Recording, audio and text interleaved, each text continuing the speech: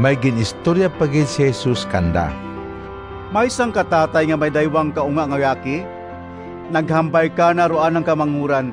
Tay, buon yun na kon ra akong hugay sa among paganublion kimo.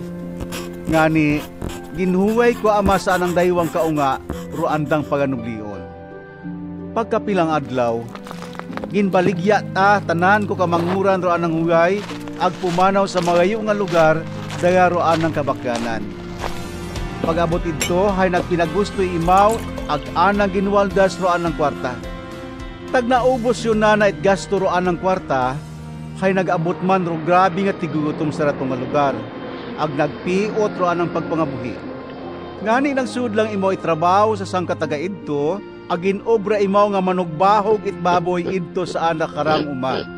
Nagutom gid mo itduro nga mat sa makaon yun imaw it bahog it baboy, pero uwa it katao ka na it makaon. Ko ulihi, hay nakatagumpaaw imaw, hambang na saan ang kaugalingon. Pero mga trabahador ni tatay, hay gapaganubra ro pagkaon, pero ako iya hay halos mamatayon sa gutom.